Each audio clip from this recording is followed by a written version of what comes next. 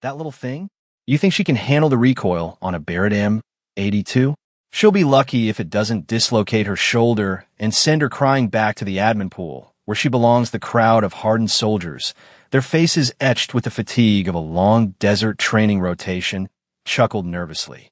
The voice belonged to Sergeant Major Thorne, a man whose physical presence was as loud and uncompromising as his opinions.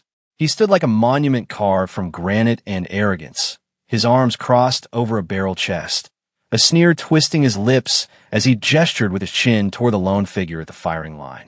The woman in question offered no reaction.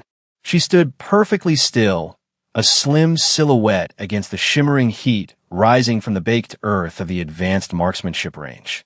Her uniform, though properly fitted, seemed to hang on a frame too slight for the brutal physics of long-range ballistics. She was an island of calm in a sea of testosterone and quiet skepticism, her focus absolute, her silence a stark rebuttal to the sergeant major's public dismissal.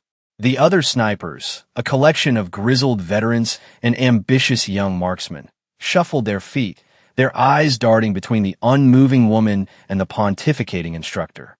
They had all heard of Thorne's reputation for washing out anyone he deemed unworthy, a judgment he often made in the first 5 minutes based on criteria that had more to do with prejudice than performance. But there was something else in the air today, an undercurrent of anticipation. From a shaded command vehicle parked 100 yards back, General Maddox watched the scene unfold through a pair of stabilized binoculars, his expression unreadable. He had seen 1,000 instructors like Thorne and 1,000 quiet professionals like the woman now being ridiculed. He lowered the optics slightly, focusing on the way she stood, her posture not one of military rigidity, but of relaxed, practiced alignment. It was a stance he recognized, a subtle language of the body, spoken only by those who had spent a lifetime in communion with a rifle. He saw the way her hands rested, not clenched, but loose, ready. He saw the almost imperceptible way she tested the wind with a glance at the distant heat mirage, her mind a silent supercomputer of environmental calculation. The general knew that true lethality wasn't loud. It was methodical. It was patient. It was silent. If you believe that true strength is measured not in words but in actions, type competence in the comment below. The challenge laid out by Sergeant Major Thorne was designed to be more of a theatrical humiliation than a genuine test of skill. A single target, a standard 10-inch steel plate, was positioned at a distance that stretched the very definition of possibility, 2,150 yards. It was a speck of white against a canvas of brown, rendered almost invisible by the dancing, distorting waves of heat. To hit it with a 50 caliber BMG round from the M82 Barrett was not just a matter of skill. It was a conversation with physics, a negotiation with wind, temperature, humidity, barometric pressure, and even the subtle rotation of the earth. It was, as Thorne had loudly declared to the assembly, a shot for legends, not for lightweights. He delighted in the collective murmur of disbelief from the trainees. This was his stage, and he was the master of ceremonies. He strode over to the waiting M82, a monstrous piece of engineering resting on its bipod, and patted its receiver with a proprietary air.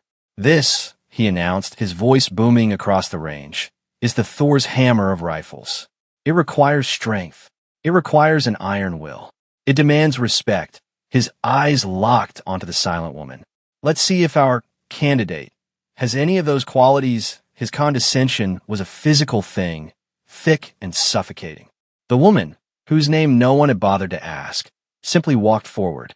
She moved with an economy of motion that was almost hypnotic. There was no hesitation, no wasted energy.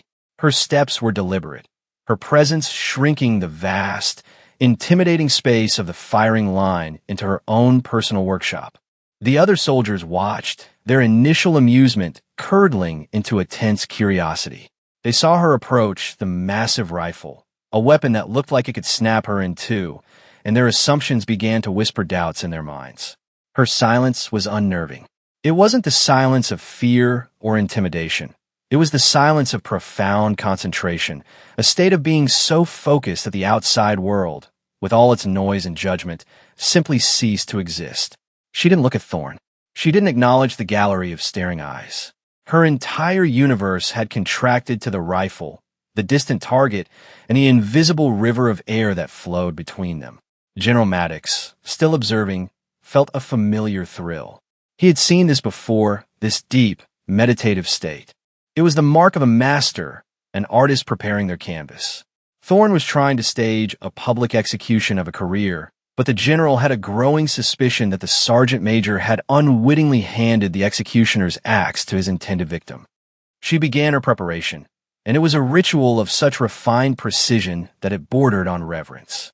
Every movement was a study in practiced efficiency, a muscle memory ballet honed over countless hours in places far less forgiving than this sun-drenched training range. Her hands, which Thorne had implicitly dismissed as too delicate, moved with the steady, confident grace of a surgeon. She first adjusted the bipod, not with a rough shove, but with minute deliberate clicks, ensuring each leg had a perfect purchase on the hard-packed dirt, creating a foundation of absolute stability. She then settled behind the rifle, her body flowing into the earth, becoming an extension of the weapon itself. She didn't fight the rifle's weight. She merged with it, her slight frame distributing the pressure with an expert's understanding of leverage and bone support. The soldiers watched, their whispers dying into a collective, held breath. They were witnessing something far beyond the standard doctrine taught in field manuals. Thorne, for his part, maintained his sneer, but a flicker of uncertainty had entered his eyes.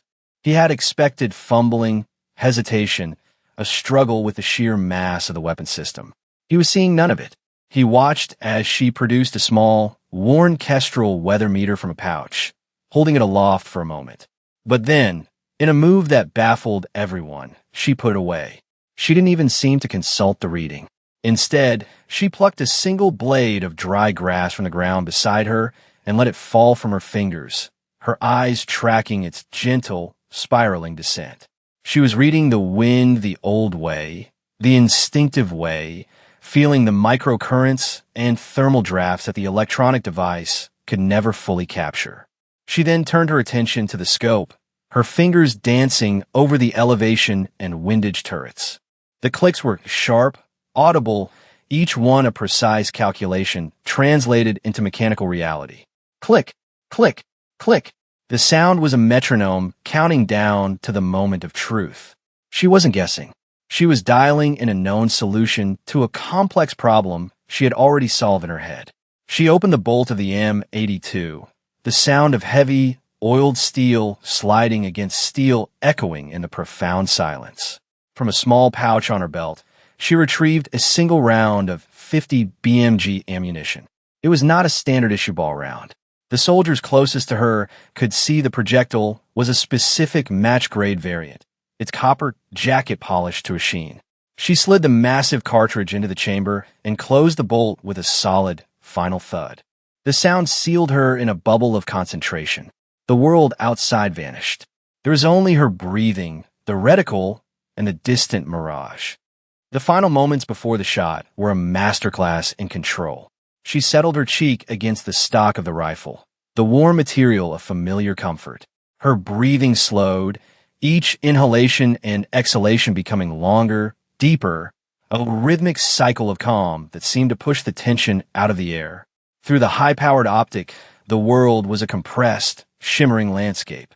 The target, a tiny white rectangle, swam in and out of focus through the waves of heat. To the assembled soldiers, she appeared utterly motionless, a statue of intent. But inside that stillness, 1,000 micro-adjustments were being made. Her trigger finger rested lightly, feeling the delicate break point of the mechanism. Her non-dominant eye was open, scanning the periphery, absorbing information about the subtle shifts in the light and wind that her focused eye might miss. She was not just looking at the target. She was sensing the entire 2-kilometer path the bullet would have to travel. Sergeant Major Thorne stood with his arms still crossed, his posture a fortress of defiance against the growing evidence that he had made a terrible, career-defining misjudgment.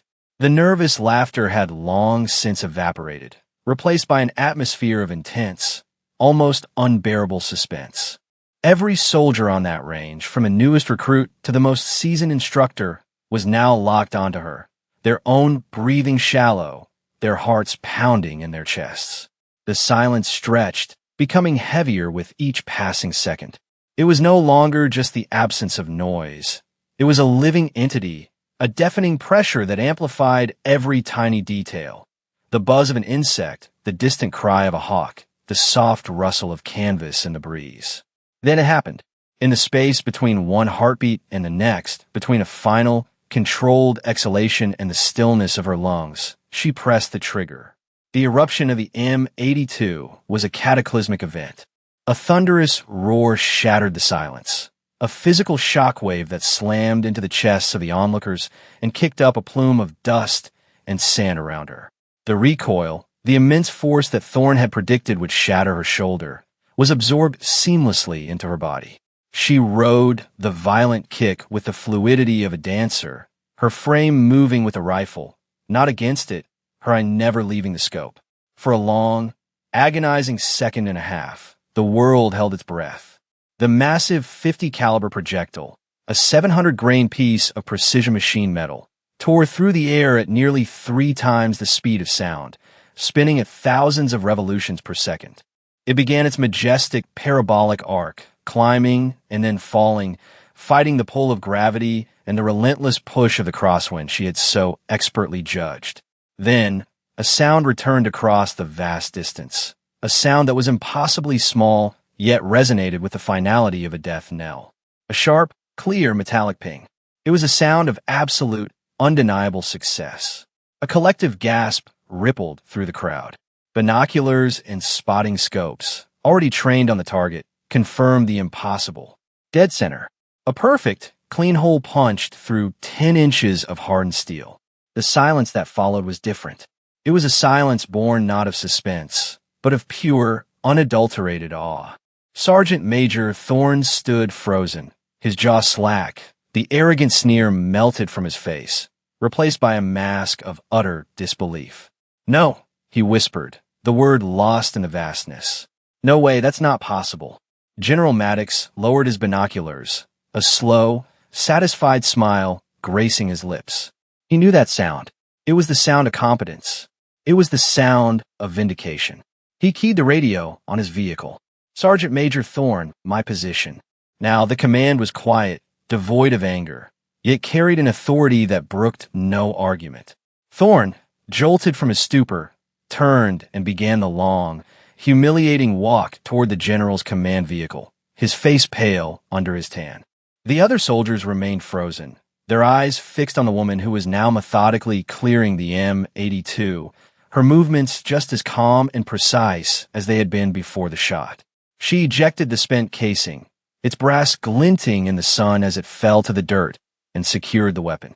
She had not looked at the crowd. She had not smiled. She had simply performed her task. As Thorne reached the general's vehicle, Maddox stepped out, holding a tablet. He didn't look at the sergeant major. His eyes were on the woman, who was now standing up, brushing the dust from her uniform. "You know, Thorne," the general began, his voice dangerously soft, "I've been in this man's army for 35 years. I've seen good soldiers, great soldiers, and a few legends. One of the things you learn is that legends rarely announce themselves. They don't need to." He finally turned his gaze to Thorne, his eyes like chips of ice. "You, on the other hand, are very loud." He tapped the screen of the tablet, pulling up a personnel file. He handed it to Thorne. "Read it." Thorne took the tablet, his hands trembling slightly. The file was for Sergeant First Class Eva Rostova. He scanned the basic information, but then his eyes fell upon a small, unobtrusive insignia displayed next to her name. It was a simple, stylized arrowhead, wreathed in lightning. Thorne's breath caught in his throat. He knew that symbol. Every soldier in the Special Operations community knew it. It was the unit crest for the Army's most elite, most secretive, and most lethal sniper element. A Tier 1 Special Missions unit so classified that its very existence was a subject of myth and rumor. They were the ghosts of the battlefield, the quiet professionals sent to solve problems that no one else could. They were, without exaggeration, the best in the world. As this realization crashed down on him, General Maddox walked past the stunned sergeant major and approached Rostova directly. He moved with a purpose that silenced the remaining whispers. The soldiers parted before him like the sea, their faces a mixture of awe and dawning comprehension. General Maddox stopped a respectful 3 paces from Sergeant Rostova. He did not speak. Instead, he simply looked at her, his gaze taking in the subtle details that Thorne's arrogance had blinded him to. He saw the faint, almost invisible scar above her right eyebrow, a testament to a past engagement. He saw the quiet confidence in her eyes, a look that could only be earned in the crucible of real-world operations. He saw the small, faded patch on her sleeve, partially obscured by a pocket flap. With a gentle movement, he reached out and brushed the flap aside, revealing it fully. It was the same wreathed arrowhead from her file, the elite sniper unit badge, the symbol of a master. The general froze for a calculated, dramatic beat, ensuring every eye was on that small piece of embroidered cloth. He let the weight of its meaning settle over the crowd. Then, slowly, with a precision that mirrored Rostova's own, he brought his hand up in a sharp, formal salute. It was not the casual salute of a general to a subordinate. It was a gesture of profound, unwavering respect. The salute of one warrior acknowledging another. "Sergeant Rostova," he said, his voice now carrying across the silent range, clear and authoritative.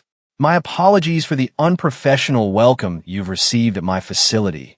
He held the salute, his eyes locked with hers. Rostova, who had remained impassive throughout the entire ordeal, finally met his gaze.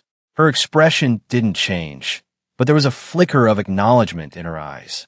She returned the salute with the same crisp formality. "Thank you, General," she replied, her voice steady and clear, the first words anyone had heard her speak beyond a simple acknowledgement.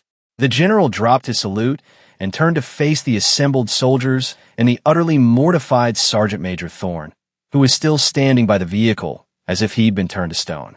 "Let me be perfectly clear for everyone here," Maddox announced, his voice ringing with the authority of command. "You are looking at Sergeant First Class Eva Rostova. Her last operational tour involved 72 confirmed engagements, all at distances exceeding 1,200 yards. She holds the 3rd longest confirmed sniper kill in the history of the United States military. Her mission classifications are so far above your pay grade that if I told you what they were, I'd have to classify this entire desert." He paused, letting the information sink in. "She is not here to qualify. She is here on my personal invitation to evaluate our advanced training protocols and rewrite them. That weapon," he gestured to the M82, "was designed by men, but it was perfected by warriors. Warriors like her." He turned his piercing gaze directly onto Thorne. "Sergeant Major, you made an assumption based on what you saw, not on what you knew. You confused appearance with ability. You mistook quiet professionalism for weakness. You have not only embarrassed yourself, you have insulted a decorated hero and failed every single soldier on this range by teaching them that prejudice is an acceptable substitute for judgment. Your lesson for today is over. Sergeant Rostova is now in charge." The story of what happened on that range spread with the speed of a desert wildfire. It was whispered in hushed, reverent tones in the barracks that night. It was recounted with a mixture of shame and awe in the NCO club. It became an email, then a text, then a legend passed from one unit to the next. "The shot heard round the base," they called it. It wasn't just a story about a remarkable feat of marksmanship. It was a parable. It was a lesson in humility, a stark reminder that the most dangerous person in the room is often the one you notice least. Sergeant Major Thorne underwent a transformation that was as profound as it was public. The next morning, he appeared before the assembled trainees, his usual bluster gone, replaced by a quiet, raw humility. He formally, and without reservation, apologized to Sergeant Rostova in front of everyone. He admitted his failure, his prejudice, his arrogance. But he didn't stop there. He requested that Rostova lead the remainder of the training course. "I have been teaching the same way for 20 years, he told the class, his voice thick with emotion. "And in 5 minutes yesterday, Sergeant Rostova taught me that I know nothing about the true nature of a warrior." "Your real training begins now," Rostova, for her part, accepted his apology with a simple, gracious nod. She deflected the praise and adulation that came her way, her focus remaining squarely on the mission General Maddox had given her. She did not lead with speeches or bravado. She led with competence. She broke down the complex art of long-range shooting into its purest elements: breathing, patience, mathematics, and an intimate understanding of the environment. She taught the trainees to listen to the wind, not just measure it. She taught them that the rifle was not a tool of brute force, but an instrument of precision, an extension of their own will. She spent extra time with a young, nervous-looking sniper who was struggling with his confidence. A soldier Thorne had been on the verge of washing out. She didn't berate him. She quietly observed, identified a minor flaw in his posture, and with a few soft-spoken words, corrected a mistake that had plagued him for months. Under her tutelage, the young soldier began to excel, his shots finding their mark with newfound consistency. The physical evidence of her legend began to take shape.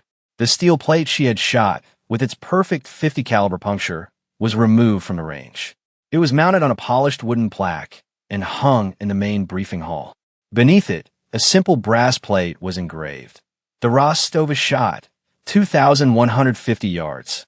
Let silence be your argument, and out on the range itself, the firing point from which she had made the impossible shot was given a new designation. A sign was staked in the ground, its letters stenciled in stark black paint. Rostova's Perch. It became a hallowed place, a spot where new snipers would go to reflect, to remember the day that a quiet professional reminded an entire base what true strength looked like. The ripple effects of that day continued to expand, creating a lasting change in the culture of the institution.